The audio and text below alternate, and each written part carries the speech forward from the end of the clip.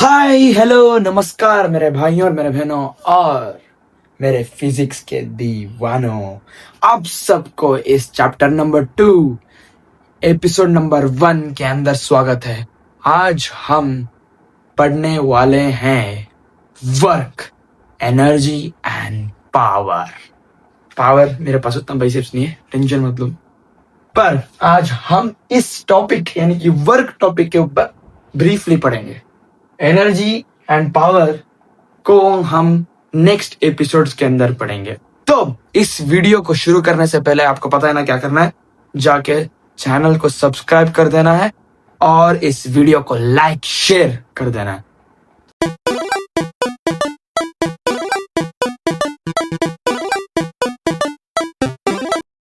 जैसे कि मैंने बोला, आज हम पहला टॉपिक पढ़ेंगे वर्क, और हम इसको ब्रीफली पढ़ेंगे और इंटरेस्टिंग तरीके से पढ़ेंगे। तो चलिए वर्क टॉपिक को पहले समझते हैं। तो व्हाट इज वर्क? मैं फर्स्ट इसका डेफिनेशन लिखता हूं। The work is said to be done.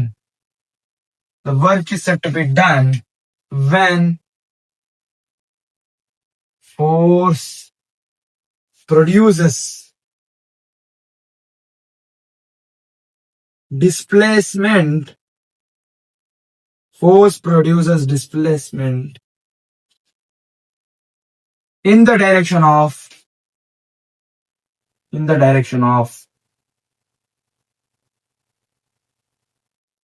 force applied.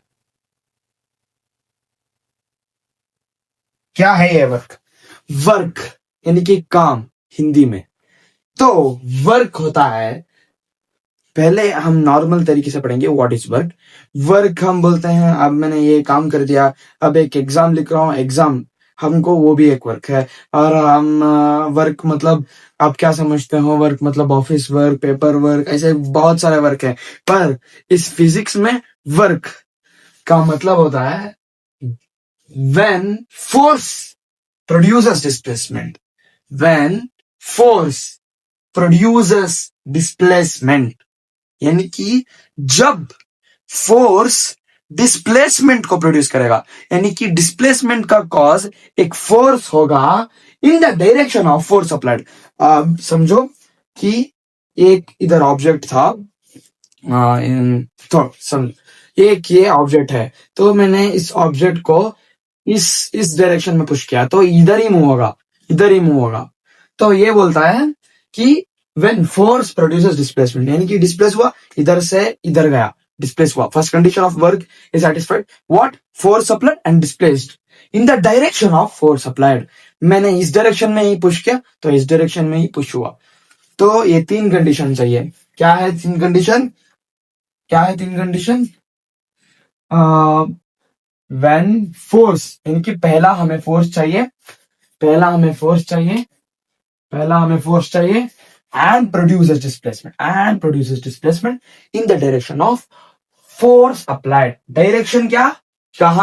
जहां से फोर्स मैंने किस डायरेक्शन में मैंने फोर्स अप्लाई किया, वो वही डायरेक्शन में, उसी डायरेक्शन में द ऑब्जेक्ट डिस्प्लेस हुआ तो हम वर्क कहते हैं। उस सिचुएशन, क्या बोलते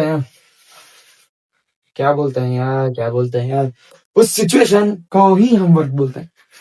ये साइंस ना बहुत वर्क को दूसरी तरीके से समझाए, मतलब टेढ़ा मेढ़ा। हमारा वर्क और साइंस का वर्क बहुत अलग है, और भी बहुत इसके ऊपर चर्चा करना है, तब आप समझोगे यार हमने ये वर्क सोचा था मगर साइंस के हिसाब से ये वर्क ही नहीं हुआ, कैसे? वो भी आपको दिखेगा जाते जाते हैं। अब जब हम इस टॉपिक को ब्रीफली पढ़ेंगे तब हमें दिखेगा कि वर्क क्या है हमारे हिसाब से। हम डेली लाइफ में वो वर्क है मगर साइंस के हिसाब से वो वर्क नहीं है। तो चलिए उस टॉपिक को हम पढ़ेंगे। Next is we will learn about formula. तो मैं इसको इस डेरिवेशन से सिखा दूंगा। तो next we will learn about SI unit is joule. And इसका सीजीएस यूनिट इज अर्ज।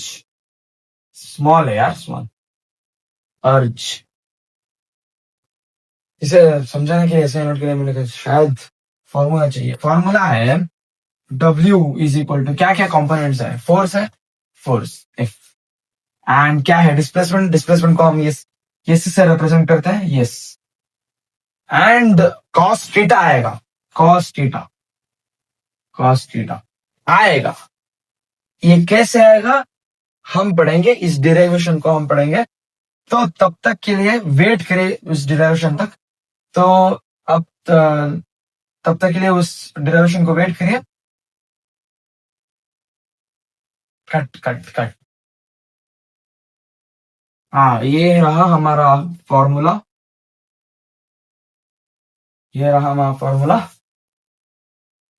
कॉस थीटा कैसे आया मैं आपको डिराइवेशन पे समझा दूंगा, तब तक के लिए वेट करो। एंड नेक्स्ट हम समझेंगे कैसे एसआई यूनिट, फोर्स का क्या है, हम इसका बेस तोड़ के समझेंगे। न्यूटन, इसका क्या है, डिस्प्लेसमेंट का मीटर। ये हो गया हमारा, क्या हो गया है हमारा एसआई यूनिट। पर इस दो को मिला के बोलते हैं हम लोग जूल। एंड इसका सीजीएस यूनिट सुनो, सीजीएस क्या है, ये सीजीएस यूनिट आप सब लोगों को पता है। न्यूटन का क्या बोलते हैं, डाइन, और डिस्प्लेसमेंट सेंटीमीटर, इसको क्या बोलते हैं, अर्ज। आपके आईसीएसई पेपर 2018 में पूछा गया था, 2018 में क्वेश्चन पूछा गया था, रिलेट अर्ज, यानी कि SI unit and CGS unit of work, CGS तेरा होगा ना, सीजीएस यूनिट ऑफ वर्क। तो इन दोनों के बीच में रिलेशनशिप को पूछा गया था, तो उसको डिराइव करने के लिए पूछा गया 2 मार्क्स के लिए। तो चलिए उस डिराइवेशन को हम समझते हैं। मैं रेस कर दूं, करने का क्या है, मेरा ही तो पढ़े कर देता हूँ।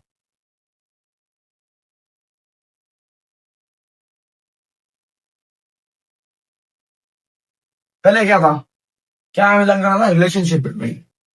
क्वेश्चन में हमें पता चला, क्वेश्चन क्या है, फाइंड द रिलेशनशिप बिटवीन अर्ज, स्मॉल है यार, अर्जेंट जूल, यानी कि सीजीएस और एसआई यूनिट। तो क्या है समझो, 1 जूल यानी कि 1 न्यूटन मीटर, यानी कि 1 न्यूटन और 1 मीटर। 1 न्यूटन फोर्स अप्लाई किया और 1 मीटर बॉडी डिस्प्लेस हुआ, तो हो गया 1 जूल। क्या है, और 1 अर्ज को कैसे लिखते हैं, एक newton is equal to 10⁵ dyne. क्या आप सबको मैं इस इक्वेशन को, इस समझौते यानी कि newton is equal to 10⁵ dyne को पिछली यानी कि चैप्टर 1 में नहीं पढ़ा था क्या, वही तो है ये। और 1 मीटर इज इक्वल टू, सही सुनो, बहुत ध्यान से सुनना, 100 सेंटीमीटर। क्या है, 100 centimetre. And what we have learn, 1 newton is equal to 10⁵ dyne and 1 metre is equal to 100 centimetre. ये बेसिक। तो हम लिख देते हैं, now we will write 1 newton as 10⁵ dyne into नहीं लिखते, into 100 centimetre, and 10 centimeter is our urge. Newton meter is our joule. This 10 power 5 है, 10 power exponent तो पढ़ा ही होगा ना, 10 सेम बेस है। we will just जब मल्टीप्लाई करते हैं x पावर ये एंड x पावर b, जो दो भी सेम है, ये भी same base and the powers are different, so we'll add this a x is equal to a plus b। ये हो गया सेम, we will learn की concept। key concept 10 power 7 यानी कि 10 power 5 and this will write as you can write as 10 power 2, so 5 plus 2 is 7 and we'll get the answer 9 centimeter. And what I said, 9 centimeter is also called as, and it is the CGS unit which is called urge. 10 power 7 urge. What is 10 power 7 urge? 1 joule is equal to 10 power 7 urge. This is the relationship between urge and joule, and this is asked in 2018 ICSE exam. This is now the important topic and important question and important relationship to you. This is important relationship, not the one you make with other guys. Okay, take this types of work. अब हम पढ़ने वाला है types of work done. Types of work done. क्या मैंने बोला था work is equal to F S cos theta. What is F force and S is displacement and cos theta is the angle formed between the force and displacement. Yes, आपने सही सुना. This is the angle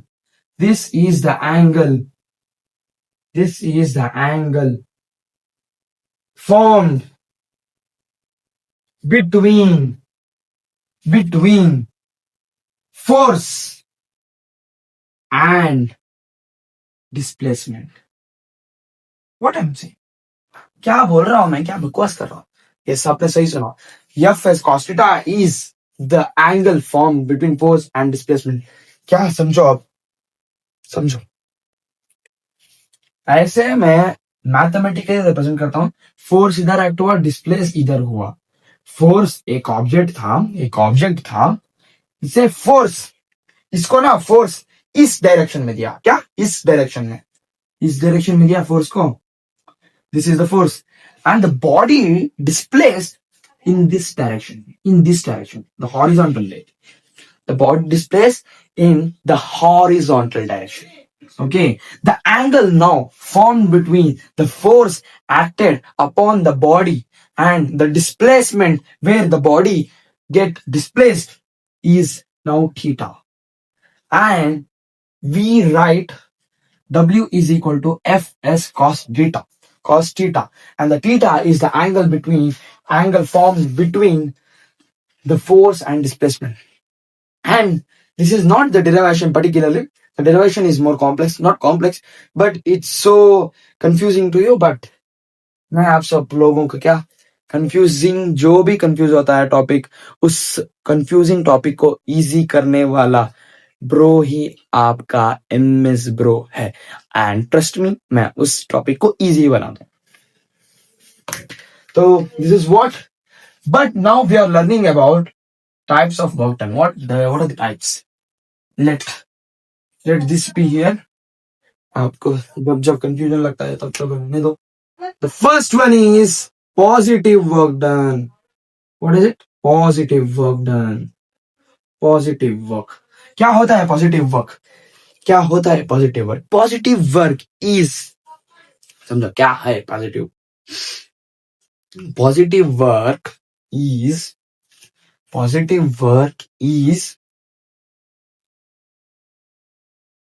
W is equal to, मैं mathematically बोलता हूं, W is equal to Fs cos theta. जब भी एक positive आता है, यानी कि पॉजिटिव वैल्यू आता है, उसको पॉजिटिव वर्क डन कहते हैं.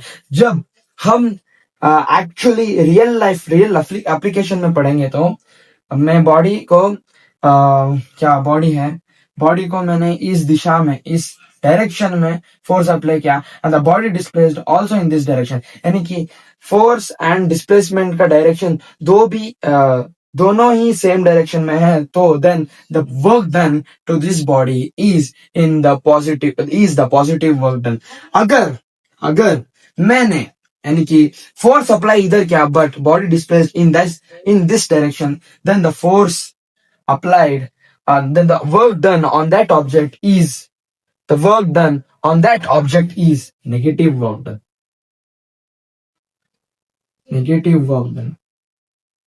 And the third one is zero work done. Zero work done. Zero work done.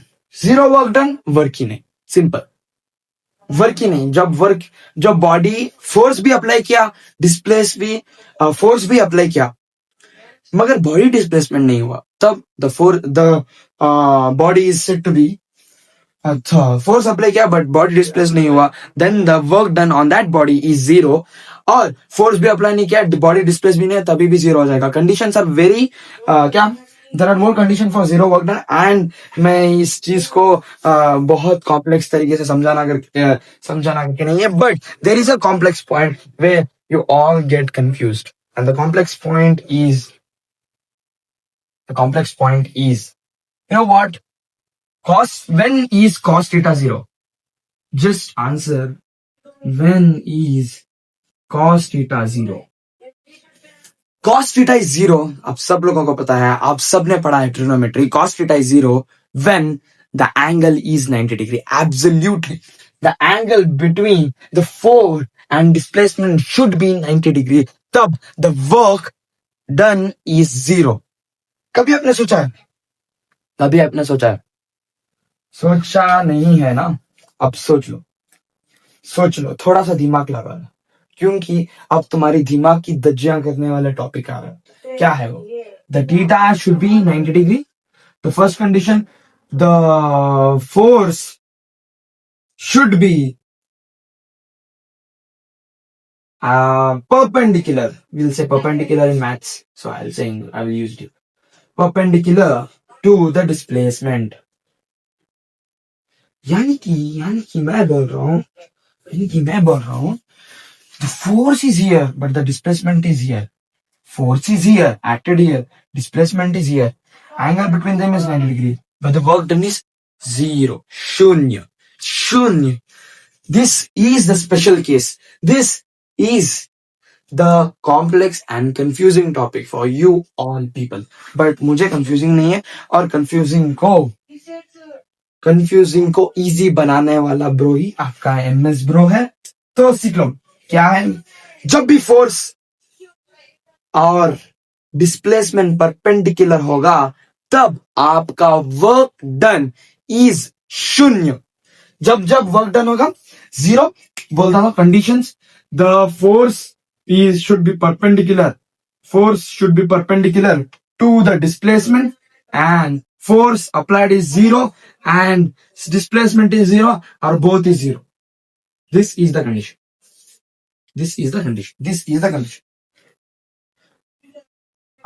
Let example.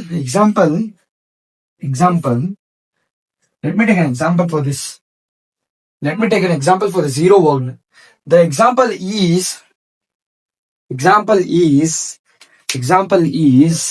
Shall I erase it? Think. Yes, करता. I need that because. Sorry. Example is. क्या आप सब लोगों ने railway station में movie में देखा होगा, कूली नंबर 1 मूवी है, पता है आप लोगों को? कूली नंबर 1 वरुण धवन ने किया, और अमिताभ बच्चन साहब ने भी किया था वो मूवी, कूली नंबर 1 में.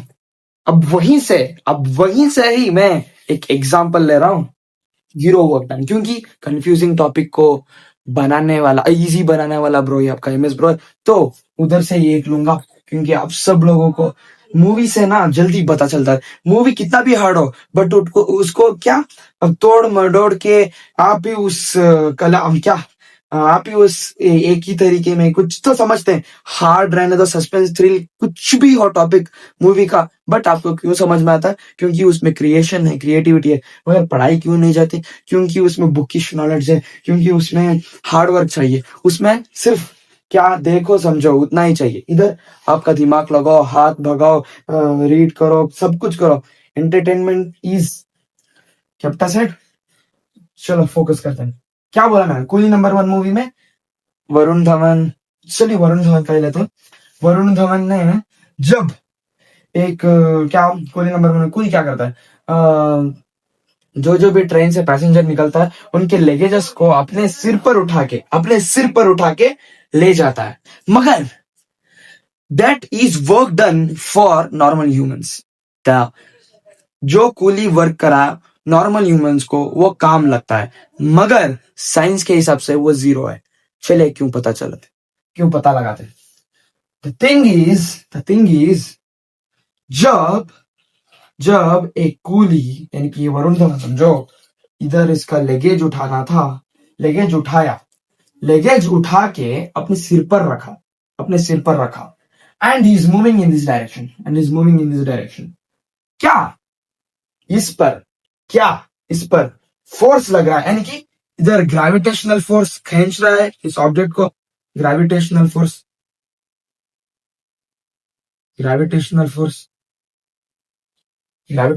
खींच रहा है, right? And the body is displacing in this direction. Yes, displacement हो गया समझो 5 मीटर। क्या आप लोगों को इधर एक एंगल फॉर्म नहीं हो रहा? डिस्प्लेसमेंट इधर है, फोर्स एक्टिंग इधर है, and the angle is 90 degree. पता नहीं चल रहा क्या आप सब लोगों को पता नहीं चल रहा? 90 डिग्री ग्रेविटेशनल फोर्स नीचे एक्ट हो रहा है, मगर डिस्प्लेसमेंट इधर बॉडी का इधर हो रहा है। And the final, as I said, work done is zero when force and displacement are perpendicular to each other, and we have satisfied this condition, and the work done by the coolie carrying the luggage on his head and moving forward is zero. Simple हमने बना दिया। हमने एक real life यानी कि movie का एक example को लेके एक्सप्लेन कर दिया, मैथमेटिकली भी हमने समझ लिया, और मैथमेटिकली हमने वर्क डन को जीरो भी प्रूव कर दिया। And I think you have clearly understood this topic. क्या फोर्स जीरो होना होगा एंड डिस्प्लेसमेंट जीरो होना होगा? नहीं तो this condition force is perpendicular to displacement. And मैं इसका एग्जांपल भी समझा दिया। अब मैंने जैसे कि बोला पॉजिटिव वर्क डन, तो उसका एग्जांपल नहीं चाहिए आपको, उतना जरूरी नहीं, क्योंकि नॉर्मल लाइफ में बहुत जगह देखते हैं, बट आई विल एक्सप्लेन। और ये वर्क डन मैं बता देता हूं, ये वर्क डन जीरो है एंड ये वर्क डन बाय ग्रेविटी है, बाय ग्रेविटेशनल फोर्स, क्योंकि force is gravitational force applied है। ओके, इसके हिसाब से जीरो है। एक मिनट समझाया। एंड द नेक्स्ट थिंग ये जो पढ़ा रहा हूं इज नेगेटिव वर्क डन के बारे में, यानी कि उसके एग्जांपल्स के बारे में। उधर मैंने थोड़ा सा मिस करके सीधा जीरो पे आ गया, क्योंकि जीरो बहुत अट्रैक्ट करता है सब लोगों को, इसलिए।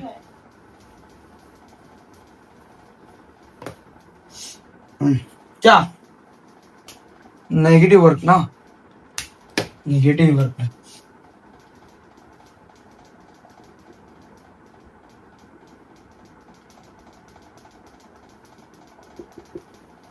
नेगेटिव वर्क डन इसके एग्जांपल्स के बारे में पढ़ते हैं। शायद ऑपोजिट डायरेक्शन, या मैंने बोला था ना थोड़ा सा इसका क्या इसमें कंडीशन चाहिए, force and displacement should be in opposite direction, यानी कि cos थीटा नेगेटिव रहना चाहिए, उसका वैल्यू नेगेटिव में आना चाहिए, and the cos values are negative।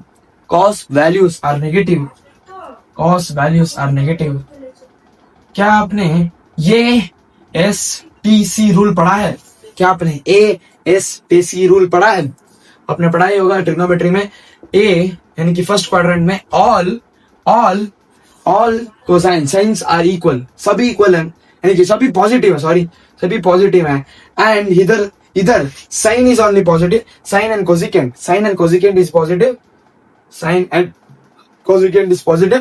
जिससे ASTC, इस रूल को हम ASTC बोलते हैं। STC आफ्टर स्कूल पे कॉफी, शायद ऐसे कुछ था। After school go to college, go नहीं है इधर, after school go to college. क्या है समझो, after school first quadrant, school second quadrant, sine यानी कि sine is positive, all are positive. Tan यानी कि टू, गो टू इधर गो आ जाएगा। After school go to college.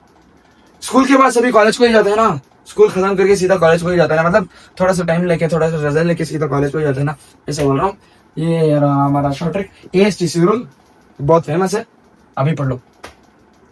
Sign positive है, कोसिकेंट पॉजिटिव है, एंड इधर टैन पॉजिटिव है, इधर टैन पॉजिटिव है, एंड क्या कोटेंजेंट पॉजिटिव है, एंड इधर कॉस पॉजिटिव है, सीकेंट पॉजिटिव है, cosine is positive and secant is positive.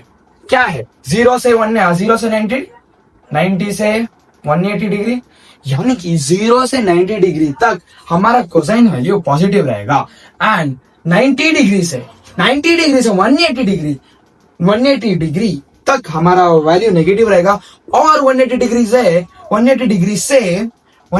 से क्या है 270 डिग्री तक भी हमारा कोसिकेंट का वैल्यू कोसाइन का वैल्यू नेगेटिव रहेगा। यानी कि मैं बोल रहा हूं, जब यानी कि इसका एंगल, यानी कि फोर्स इस डायरेक्शन में था, डिस्प्लेसमेंट इस डायरेक्शन में है, and the angle formed between is 180 degree, and क्या मैं इधर लगा सकता हूं, इधर 90 डिग्री एंगल है, और जब इधर यानी कि फोर्स इधर एक्ट होके, समझो मैथमेटिकली समझो, फोर्स इधर एक्ट होके बॉडी इधर डिस्प्लेस होके आया, तो क्या हमारा वर्क डन वैल्यू नेगेटिव नहीं है? यस, इट्स नेगेटिव, यही मैंने समझा नहीं है। बट नॉर्मल लाइफ में हम इस 180 डिग्री को समझ सकते हैं। क्या बोल रहा हूं मैं? थीटा शुड बी 180 डिग्री, और mathematically theta should be greater than 90 degree, lesser than 270 degree. Mathematically बोल रहा हूं, इधर तो 180 डिग्री आ जाएगा, नॉर्मल लाइफ में 180 डिग्री है, 180 डिग्री को बहुत अच्छी तरीके से समझ सकते हैं। And then example I am gonna give is very interesting example है, वेरी इंटरेस्टिंग। चलिए समझते हैं क्या एग्जाम्पल है, और दिमाग का दही बना देंगे आप सब लोगों का। मैं आपका दिमाग का दही बना दूंगा। क्या बोलो? आपके दिमाग का दही बना दूंगा। क्या है वो एग्जाम्पल? एग्जाम्पल है, और फिर से मैं कूली का एग्जाम्पल दूंगा, जो वरुण धवन साहब ने अपने कूली नंबर 1 में किरदार निभाया था। ओके, क्या कूली पैसेंजर के लगेज को सिर पर नहीं उठाता? दूसरी बार बोला हूं मैंने, अब तक समझना चाहिए कूली क्या होता है। ओके, कूली नंबर 1 है, कूली नंबर वन, लगेज इधर है पैसेंजर का, अपुन साहब ने उठा दिया। उठाने में पॉइंट, एट अ पॉइंट, क्या इस डायरेक्शन में नहीं उठा रहा, अपवर्ड्स उठाना है, अपवर्ड्स उठा रहा है ना, अपवर्ड्स उठा रहा है, एंड डाउनवर्ड्स फोर्स एक्ट हो रहा है, and the force is gravitational force.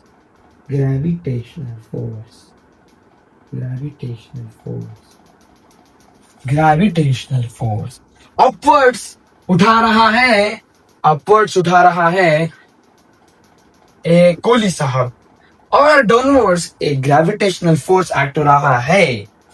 क्या डिस्प्लेसमेंट इस साइड यानी कि अपवर्ड्स नहीं है, and S is upwards, and the force acting on this body is downwards, that is gravitational force। क्या इसका डायरेक्शन इस तरह नहीं है, and the angle formed between them is 180 degree, and 180 degree का मतलब नेगेटिव वर्क डन, क्योंकि cos 180 degree is the negative value, यानी कि -1 है cos 180 डिग्री का वैल्यू, and we are gonna get minus work done, यानी कि नेगेटिव वर्क डन।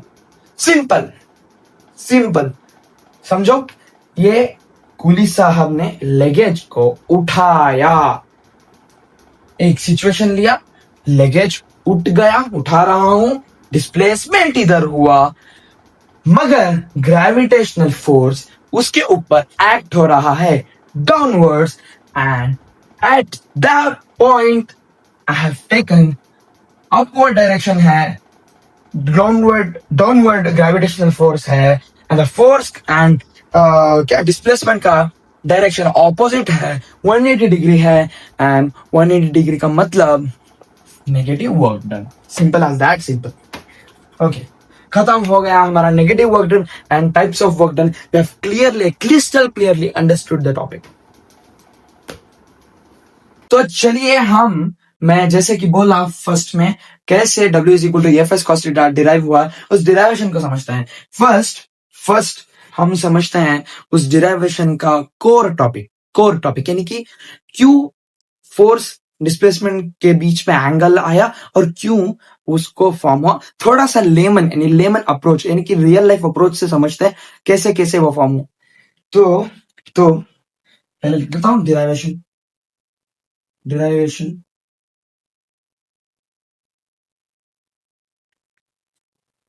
तो क्या बोल रहा हूं मैं, एक ऑब्जेक्ट है, समझो एक ऑब्जेक्ट है. क्या कितनी बार एक फुटबॉल एग्जांपल से समझते हैं. चलो एक फुटबॉल. Okay, football. क्या आपने देखा होगा एक sometimes in your life football तो देखा ही होगा बहुत लोगों ने, तो उस चीज से समझते हैं. फुटबॉलर ने फुटबॉल को इस डायरेक्शन में फोर्स अप्लाई किया, मतलब इस डायरेक्शन में सीधा मार रहा था, बट उसका पॉइंट ऑफ एप्लीकेशन है ना इधर पड़ा, इस पॉइंट को पड़ा. तब बॉल ने घूम के इस डायरेक्शन में अपना मोशन एग्जिबिट किया, इस डायरेक्शन मूव हुआ, but the force applied is here, the displacement force applied is here, displacement is this way. क्या ये नहीं हो सकता? ये हो सकता है ना. एंड सेकेंड एग्जांपल में बहुत बार फुटबॉल से लेता हूं, सीधा मारा तो सीधा जाएगा, इधर मारा तो इधर जाएगा, इधर मारा तो इधर जाएगा, राइट. और पॉइंट ऑफ एप्लीकेशन यानी कि किस पॉइंट में हम फोर्स अप्लाई कर रहे हैं, किस. और समझो एक क्या आपका कैरम बोर्ड में स्ट्राइकर यानी कि जो पॉन है स्ट्राइकर का, ऐसा रहता है कैरम बोर्ड. यस. इधर होल, इधर ऐसे, क्या आपने देखा होगा कैरम बोर्ड यानी कि स्ट्राइकर ये पॉन था, स्ट्राइकर इस दिशा में रखा था, स्ट्राइक किया यानी कि खेला उसने, प्लेयर ने खेला, और point of application the force applied is this way, force apply किया इस direction, force applied, but that move, point of application ये है, but that move this direction, displacement this direction,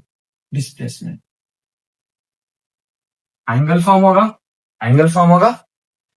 तो यही बोल रहा हूं मैं, पॉइंट ऑफ एप्लीकेशन से बहुत डिफर हो सकता है. दिशा इस डायरेक्शन में फोर्स का, पर डिस्प्लेसमेंट किधर ही हो रहा है. इस डायरेक्शन में हो सकेगा यानी सीधा मारो तो सीधा हो जाएगा, इधर मार के पॉइंट ऑफ एप्लीकेशन इधर लगा तो इधर घूमेगा. बहुत बार हो जाए, मतलब बहुत केसेस है ऐसे रियल लाइफ में. अब थोड़ा सा आपका दिमाग को स्टिमुलेट करके फिजिक्स को सेंसिबल तरीके से देख के अपने रियल लाइफ में थोड़ा सा दिमाग लगाओ, कैसे रियल लाइफ में मैं फिजिक्स को देख सकता हूं, तब आपको फील हो जाएगा फिजिक्स. ओके, अब समझते हैं इस डिराइवेशन को हम दो तरीके में डिराइव करेंगे. The first method is from the component of,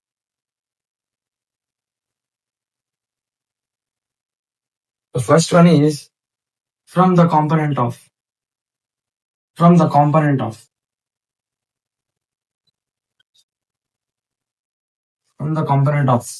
force applied in the displacement direction, in the displacements direction, यानी कि फ्रॉम द कॉम्पोनेंट, यानी कि फोर्स, फोर्स पहली बात तो सुन लो, फोर्स इस डायरेक्शन में है तो पहली बात सुन लो, फोर्स को हम कंपोनेंट में डिवाइड करेंगे, क्योंकि चलिए डिराइवेशन से स्टार्ट करते हैं। The case is, derivation start करो, आपको कंपोनेंट ऑफ फोर्स क्या करके समझा दूं। The case is, this is the, क्या बोलते हैं यार इसे, इंक्लाइन प्लेन, सही ना, इंक्लाइन प्लेन, इंक्लाइन प्लेन, और इधर रखा हमारा object at point A, and इधर है बी, इधर है सी, और मैंने क्या करा, फोर्स को इस डायरेक्शन में अप्लाई किया, फोर्स को इस डायरेक्शन में अप्लाई किया, फोर्स अप्लाइड इस इन this direction, and displacement body इधर से इधर हो गया, डिस्प्लेस्ड, बॉडी डिस्प्लेस्ड,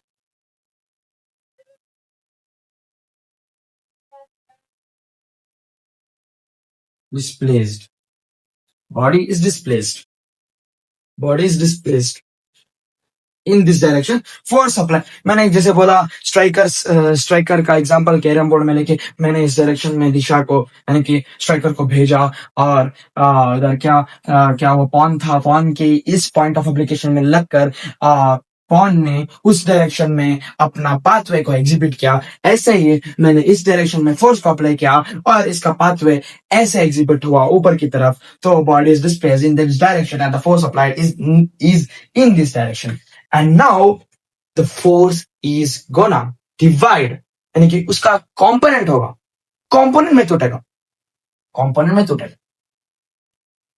थोड़ा फील करके समझो, जब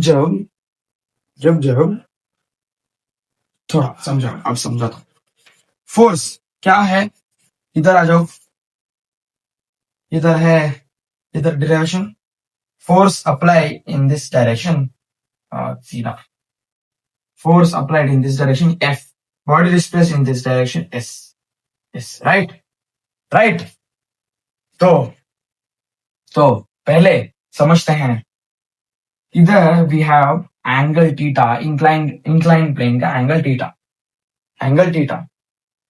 theta, now थोड़ा सा मैथ्स लगा, थोड़ा सा मैथ्स समझो, इधर F था, यानी कि फोर्स अप्लाई इधर किया, and the body displaced in this direction S, and the angle is theta formed, and हम समझते हैं, मैंने जैसे कि बोला, component of force applied in the displacement direction, displacement in this direction, displaced, the object is displaced in this direction, what force, what component of force, कितना force इस direction में लग रहा है, कितना फोर्स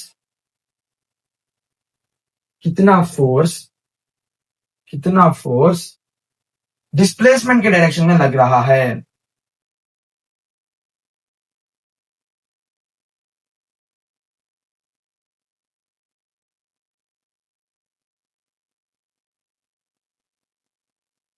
कितना फोर्स डिस्प्लेसमेंट के direction में लग रहा है, व्हाट कंपोनेंट ऑफ फोर्स, यानी कि व्हाट फोर्स, मैंने 10 न्यूटन अप्लाई किया मगर डिस्प्लेसमेंट के डायरेक्शन में 6 न्यूटन ही लग रहा था और 4 न्यूटन वेस्ट हो गया, क्योंकि पॉइंट ऑफ एप्लीकेशन बहुत नहीं था, यानी कि बहुत सरफेस में पॉइंट ऑफ एप्लीकेशन नहीं लगा फोर्स का, इसलिए the body displaced with 6 Newton, not with fully completed of 10 Newton, because I have applied 10 Newton of force in this direction, but the body displaced with the force Newton of 6 in some other direction.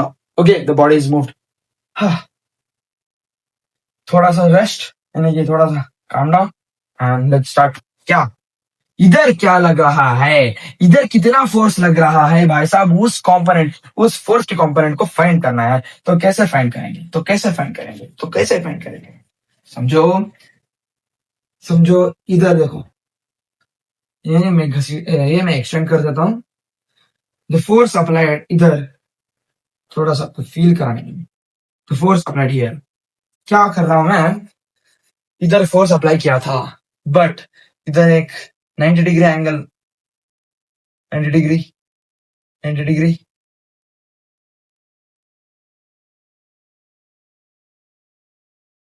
90 degree नहीं भाई साहब, थोड़ा सा टेढ़ा कर दिया ना।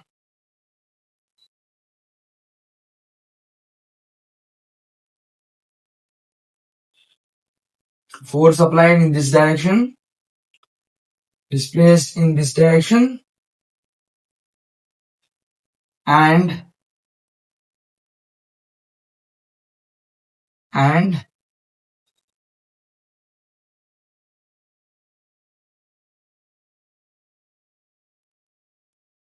draw perpendicular to this direction. यानी कि force, this is perpendicular.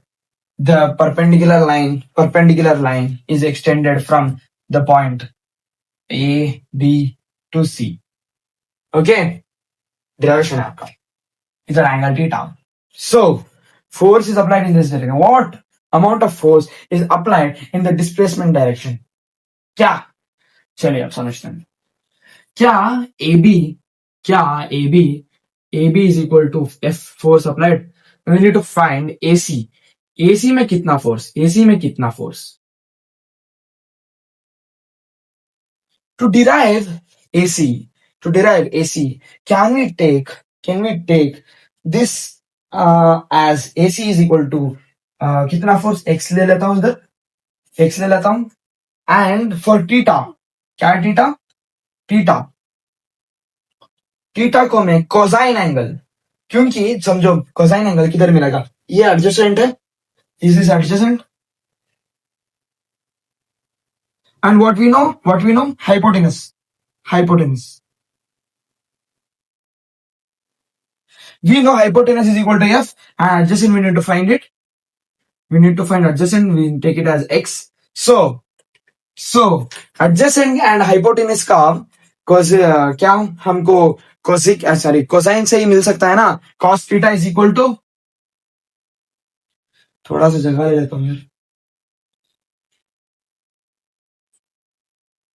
cos theta is equal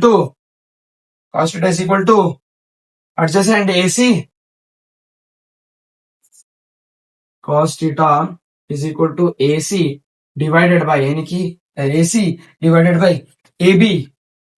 AC is we know X and AB is equal to F. And what is the force? यानी कि कितना amount of force apply हुआ? X is equal to F cos theta. So X is equal to F cos theta. इतना force इस direction में apply किया, यानी कि समझो थीटा का एंगल था 60 डिग्री समझो, एंड मैंने फोर्स फुल्ली अप्लाई किया, F इज इक्वल टू 60 था, यानी कि 60 न्यूटन था। कितना फोर्स इस डायरेक्शन में लगा? तो X is equal to F cos theta. So F क्या है? 60 इंटू cos थीटा क्या है? cos 60 degree. cos 60 डिग्री क्या होता है? हाफ। cos 60 डिग्री क्या होता है? हाफ। तो क्या है 60 into half? So X is equal to 90 degree, sorry कितना? 30 डिग्री, 30 डिग्री नहीं, sorry 30 newton. So force applied in this direction is 30 newton. तो मैंने इतना एक्सप्लेन क्या किया? What from the component of force applied in the displacement direction, कितना component of force जितना मैंने अप्लाई किया, कितना component of force, what amount of force is applied in the direction of the body is displaced. इस चीज को, इस situation को, इस टॉपिक को मैंने एक्सप्लेन किया। अब हम दूसरी तरीके से, दूसरी मेथड से हम इस फॉर्मूले को डिराइव करेंगे। सो वी हैव गॉट, जैसे कि मैंने बोला, W is equal to F S cos theta. लिख दो यार, मतलब पता है। The second thing is from the component of force, नहीं, force होगा displacement, from the component of displacement,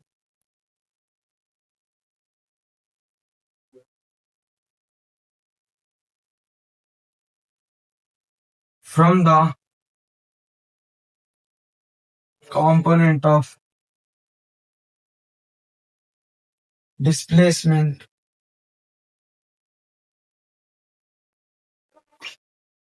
in the direction of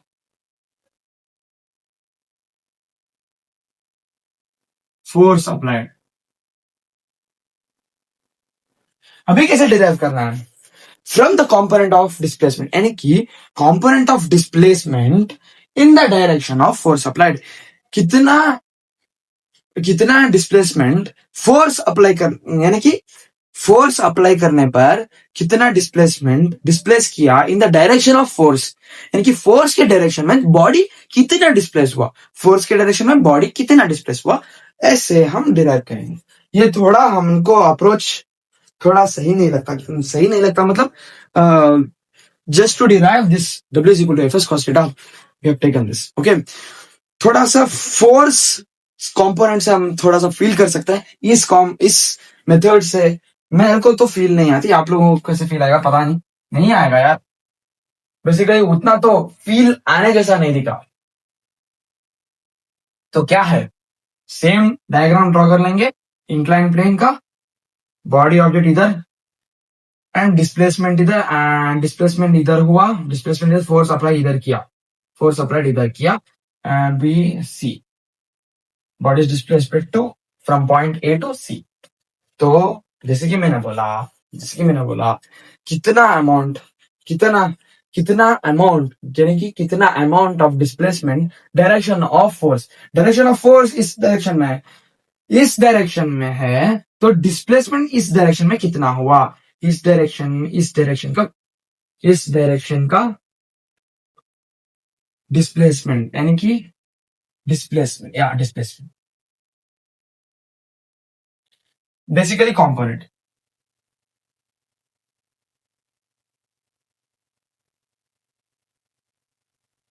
okay, तो व्हाट हम समझेंगे इधर ऐसे x, ओके, f इधर है, डिस्प्लेसमेंट इधर हुआ, then theta is here, okay, and now we have this angle 90 degree here, complete diagram है 90 डिग्री हियर का, ओके, ये है, b है, c है, we know what we need to find, AB, right? AB, now F को निकाल लेंगे भाई, we need to find AB को हम रखते हैं x एंड हमको फाइंड आउट करना है AB कहां से मिलेगा, ये एडजेसेंट है इसके लिए, and S is hypotenuse, S is hypotenuse, so adjacent by hypotenuse है, cos theta is equal to adjacent by hypotenuse, so हमको क्या मिल रहा, AB नीचे ऊपर AC, so AC हमको x सॉरी क्या बोला मैं, एडजेसेंट है AB और हाइपोटेनस है AC, so AB को हमने रख दिया x, AC को हम लिखते हैं S displacement and cos theta, so x का वैल्यू आ गया यस cos थीटा, इतना ही है डिराइवेशन। और हम जब W is equal to F लिखते हैं, S cos थीटा Fx, इनकी जो वैल्यू हमको चाहिए था इन the direction of force applied, वो था हमारा x, तो x का वैल्यू हो गया Fs cos थीटा, सिंपल है। एंड मैं भूल गया कि work done is scalar quantity, that's all. Scalar quantity, the quantity which has only magnitude but no direction. Work done हमको completely डायरेक्शन को डिफाइन नहीं करेगा, सिर्फ मैग्नीट्यूड देगा, इतना है। तो यानी कि ए एपिसोड इधर ही एंड होता है, और जाने से पहले इस वीडियो को लाइक शेयर कर देना और मेरे चैनल को सब्सक्राइब कर देना, ओके? आपका MS ब्रो इधर है, trust me, I will take physics to another level. तब तक के लिए good bye and take care.